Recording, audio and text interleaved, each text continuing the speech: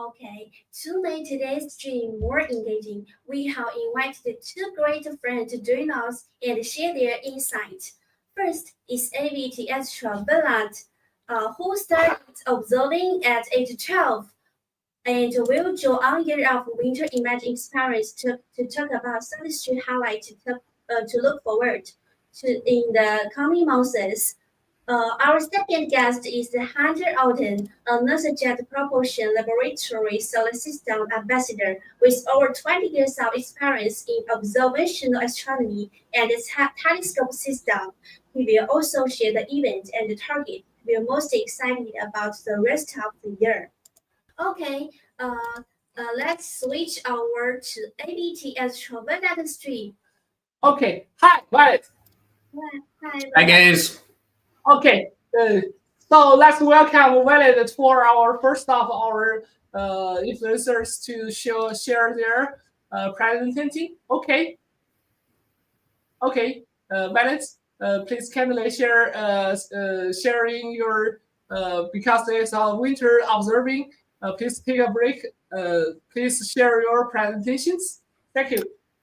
All right. Well, hey guys, welcome. Overall, the first thing that I want to say is that I checked out like all the pictures that you guys have been posting on the Facebook group of Saturn, and there's some pretty amazing results on there. So congratulations to the winners as well. That's pretty cool.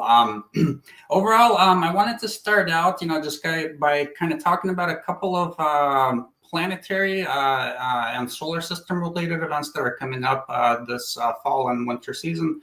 Primarily in the fall, though. And I believe Hunter is going to finish up with Deep Sky, so we'll kind of have both of them covered. Let me see if I could share my screen real quick here so that you guys can kind of see the slides that I made.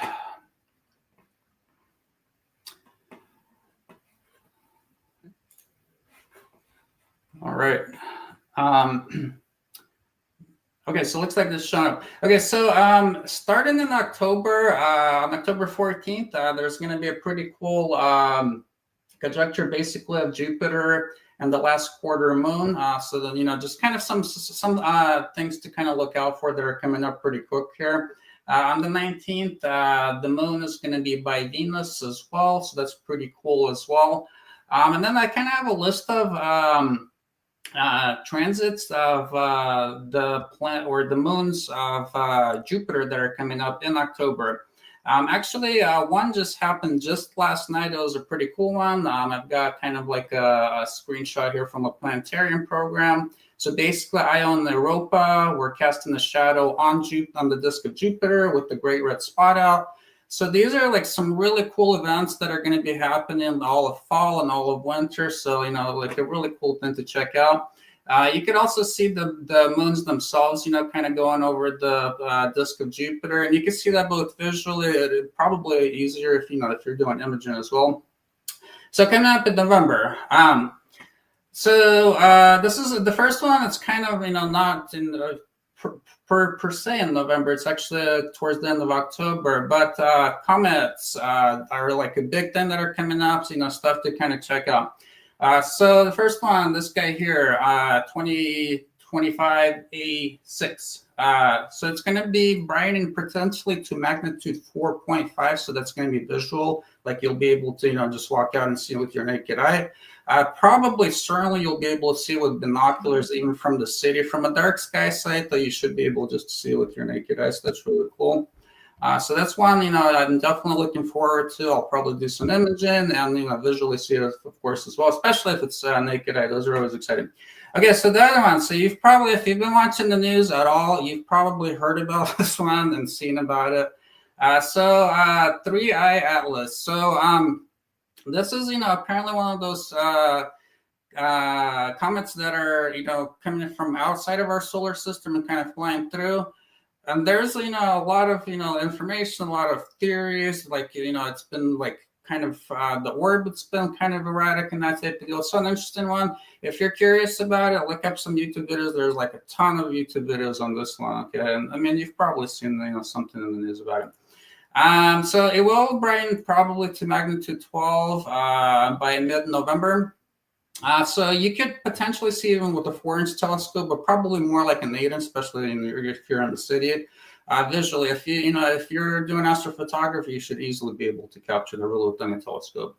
So pretty cool, events kind of coming up there pretty soon.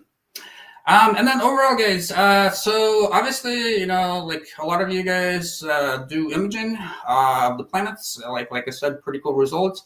I did want to talk about, like a really cool way to introduce new people, or maybe you are newer to astronomy, is by showing them the planets visually through your telescope. So I just wanted to kind of, give you guys some tips on, potential equipment that might be helpful with, observing the planets visually, as well as, some techniques and tips, just in general. If you want to get started in planetary imaging, I do have a YouTube video on that. This is kind of like the link to it. So feel free to check that out. It's on my YouTube channel. Okay. So, one sec here. Let me pull up the next image here.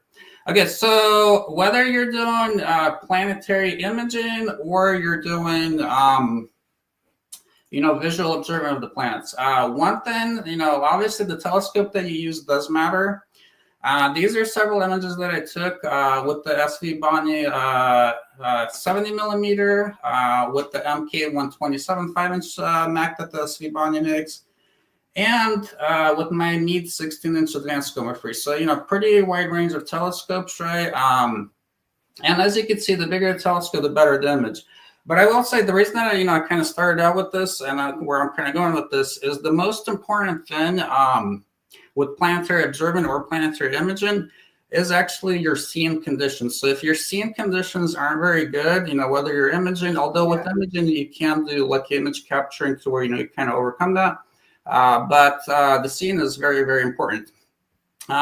So besides, the seeing and that type of deal, the one thing that I would really recommend is when you, first take out your telescope in the night sky, let it, cool down some. Basically, that'll affect the image quality greatly, especially, the larger the telescope, the longer of a cool down time that it needs. Okay, and let me see if I can turn off the screen here. Okay. Okay. So the other thing, just kind of like, some general observing tips, obviously I'm sitting right now. So one thing that I highly recommend is when you're doing planetary observing, sitting. So just the general comfort factors are really important during planetary observing, because that way you're kind of not, straining if you're standing, that type of deal. So that really helps. Having a mount that's tracking, like this is a manual mount, it does work. Having a tracking mount does really help, because that way you don't have to keep on nudging the telescope and that type of deal. One thing that I use a lot for the planets, this is kind of, like getting into accessories, is binoviewers. So if you could help it, not use one eye, but actually use two eyes, that makes a really big difference on the planets. You'll definitely see more details with the binoviewer. But sticking with single eyepieces, actually Svbony makes a couple of zoom eyepieces that I really like. So depending on the focal length of your telescope, I have the Svbony 3.3 to 8 millimeter zoom that I've done a review on my YouTube channel, so check that out, or the 16 to 8 millimeter. I like zoom eyepieces for the planets, because that way you can kind of really focus in and get to the magnification that's really helpful, or that the atmosphere will support on that particular night. So zoom eyepieces are really nice. I love using them for the planets overall. So the other thing that I do find helpful sometimes for the planets is, filters. So this is actually a variable polarizing filter that, like, especially if you have a larger telescope, it could help to dim the planet down. And also having a, it's called the Moon and Sky Glow filter. That's another one that I really like for the planets as well. And then a couple of other things, guys, that'll, probably help you see detail on the planets. Is, spend some time. Don't just, like, if you take a, quick look on the planets, especially if the scene is not really good, you might not see very much. Take the time to, like, capture those moments of, like, really steady scene. That will really help you out. Another thing that can help is actually sketching the planets, because that way you kind of have a record of what it looked like, and that type of deal. So anyhow, I encourage you guys, like if you're primarily an imager, do go outside. You actually do look through your telescope. The planets are one of the coolest things to see. When you have friends and family over, by all means, introduce them, to astronomy by looking at the planets. I think that's a really cool thing to do. Yeah. Thank you, Violet, for sharing so many tips for the winter observings. And so you can see that Violet shows that our MK here it is. Yeah. The MK 127. Yeah. 127 is the actual size, and also our refractor of 70 millimeters version of our SV503 for the visual observation of the centers. So it's very nice students for this planetary students right now, and as Violet mentioned that yes, the seeing is very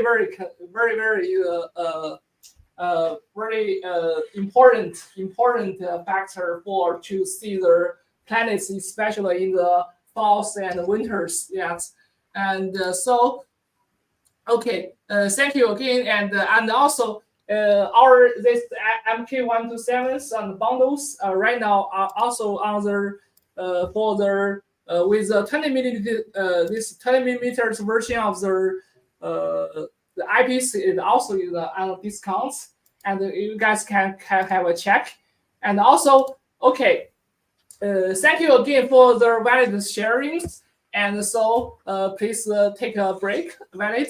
And after that, we have the QA questions after alternate shows. And so before the alternate shows, and we will have our second round of our raffles of the giveaways for the live streamings. And the prize will be our SV520. And here you can see here, this is a very nice beginner telescope and sets. This one again, and we will do the second round of the giveaway. Okay, okay, take a break, right? And we will see you a minute later. Okay. Sure. Okay.